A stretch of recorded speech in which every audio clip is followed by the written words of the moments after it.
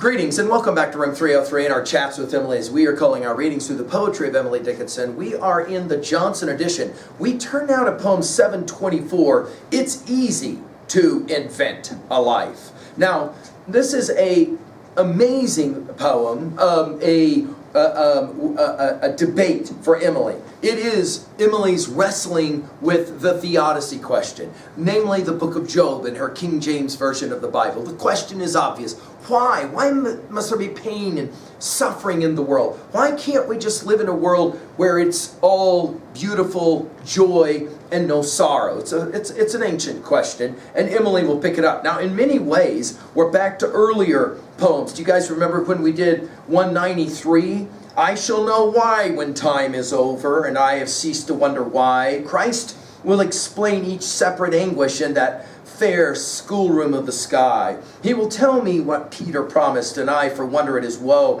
I shall forget the drop of anguish that scalds me now. You'll remember when we did 338. I know that he exists somewhere in silence. He has hid his rare life from our gross eyes. 'Tis an instant's play, 'tis a fond ambush just to make bliss earn her own surprise. But should the play prove piercing and earnest, should the glee glaze in death's stiff stare, would not the fun look too expensive, would not the jest have crawled too far? And then you'll also remember when we did 376, of course I prayed. And did God care? He cared as much as on the air a bird had stamped her foot and cried, give me my reason, life I had not had, but for yourself, 'twere better charity to leave me in the atom's tomb, merry and naught and gay and numb, than this smart misery. Now, when this poem was published, it was published the first time in the Atlantic Monthly of March 1929, and it was going to create a stir, as many of Emily's poems, in fact, will.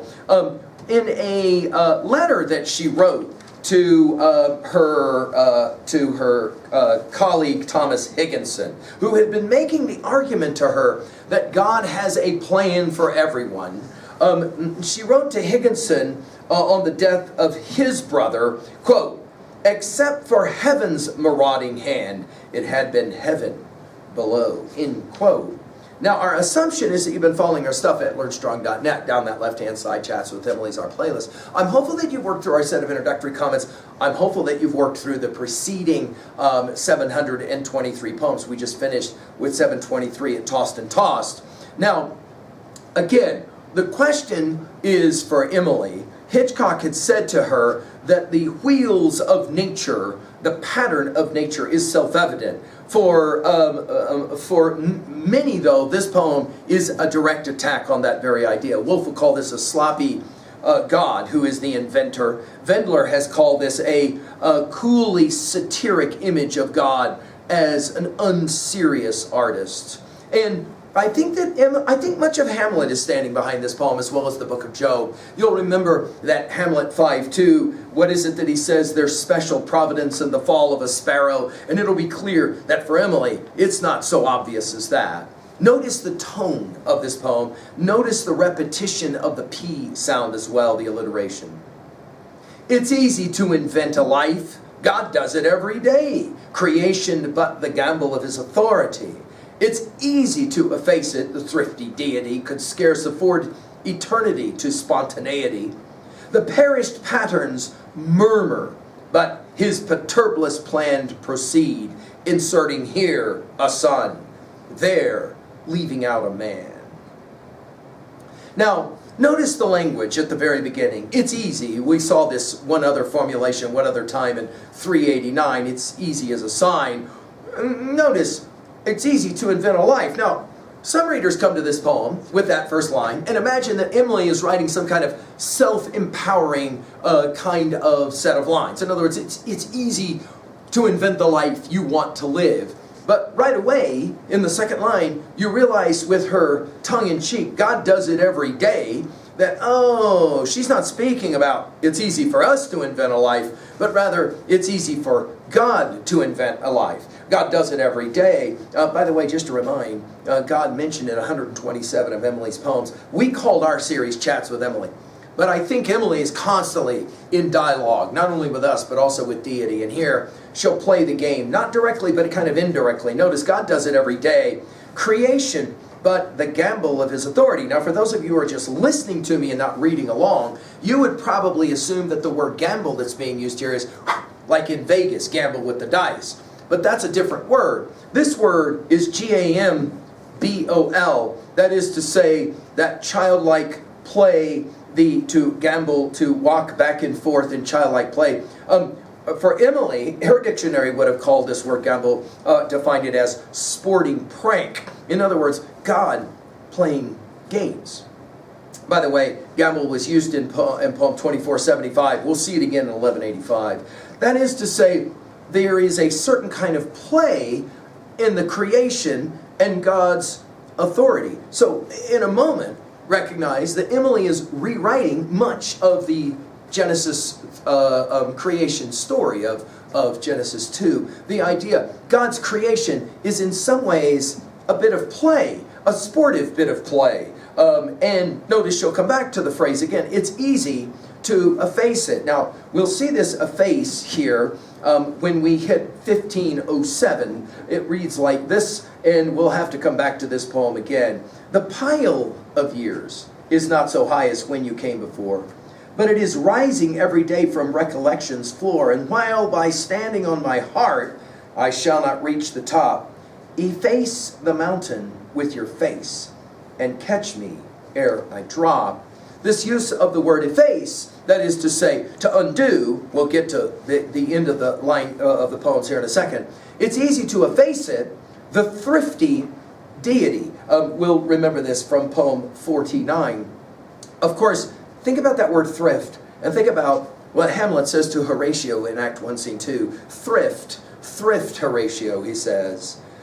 The thrifty deity could scarce afford eternity to spontaneity. In other words, God can't leave it to spontaneity. There must be a plan. Now, of course, this was the argument from the Enlightenment on. Newton had made this same argument that there is a pattern. There is a recognized pattern in the world because of course, deity. The famous word picture was the watch or the clock that had been created in a perfect way. And obviously, if you find a watch lying on the beach, you must know there is a watchmaker. The watch didn't get there on its own accord, and this was a famous argument, the argument from design, as it was called by Aquinas. The argument from design was one that Emily was raised with, and yet she looks at the world and she asks, but is it true that there is this pattern?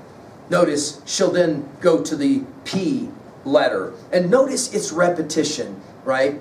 The perished patterns murmur. Now I can't help but think of Longfellow's Psalm of Life, tell me not in mournful numbers, life is but an empty dream, for the soul is dead that slumbers and things are not what they seem. We've given full lectures at learnstrong.net over the text. But notice here, Emily seems to be playing around, ironically, sarcastically, we might even say, the perished patterns murmur. Now obviously, that's humans, right? The humans who have perished murmur. Her use of the word patterns takes us back to our study of 375.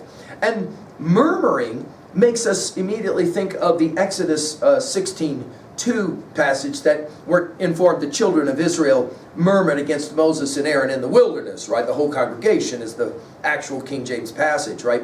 The perished patterns murmur, dash. But his perturblous plan proceed.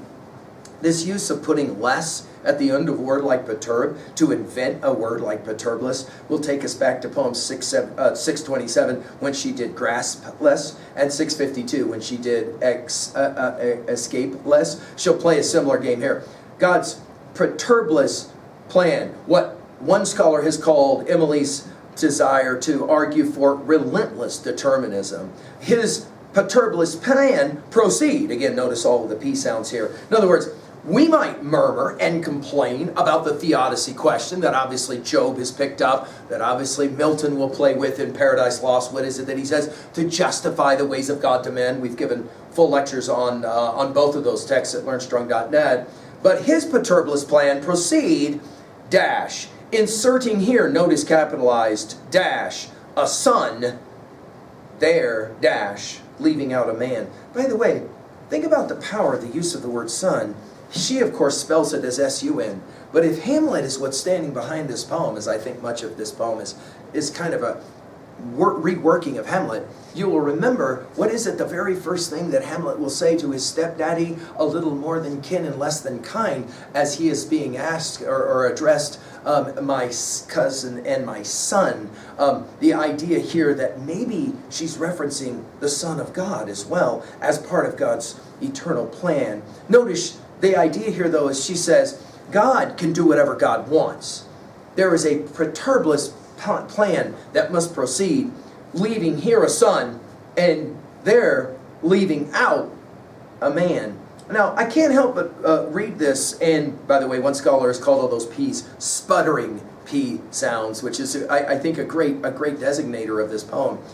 I read this last line, and the word man is capitalized, and can't help but think of the influence that Alexander Pope had on Emily Dickinson. Apparently Emily wasn't a huge Pope fan, but she had to have learned something. Of course, his essay on man, right, presume not God to scan, the proper study of mankind is man. We've given full lectures on it at learnstrong.net. What are we going to say at 2A about a poem like this? I think her argument is that sometimes the world does seem that it has a real pattern or a plan, but other times it seems to have no real pattern or plan at all. There is a tension there, and of course it is the question of theodicy. Why must there be pain and suffering? And why must innocence suffer? Clearly Emily's struggling with that as well. At 2B, well, again, one scholar has called this sputtering spray of alliteration. Perished, patterns, perturblous, plan, proceed. It's quite brilliant. At 3A, well, there are a lot of other religious, quote-unquote, religious poems of Emily's. You can write them down and go to your own study with them. We've already done 476 and 621. We've done poem 49. We'll get to 1624. We'll get to 1719. And we'll get to 1167. All of them are constituted as religious poems by Emily. And yet, she seems always to be wrestling, right, with the idea. Again, as we've already said, Emily was very interested in the idea, as we commented in poem 49, that idea that Jacob wrestles with the angel and is not overcome by that. And that process of wrestling for Emily is, I think, part of what she's doing. Obviously, as well as 3A, we mentioned Pope's essay on man, and of course we mentioned the play Hamlet. Study the play Hamlet and come back to this poem and watch how this poem seems to be, in some ways, asymptotic to a text like Hamlet. Finally, at 3B, what are your thoughts to own a poem like this? What are your thoughts about the pattern of the world? Is there a pattern? Or is there no pattern at all? I hope Emily's challenging you. Thank you.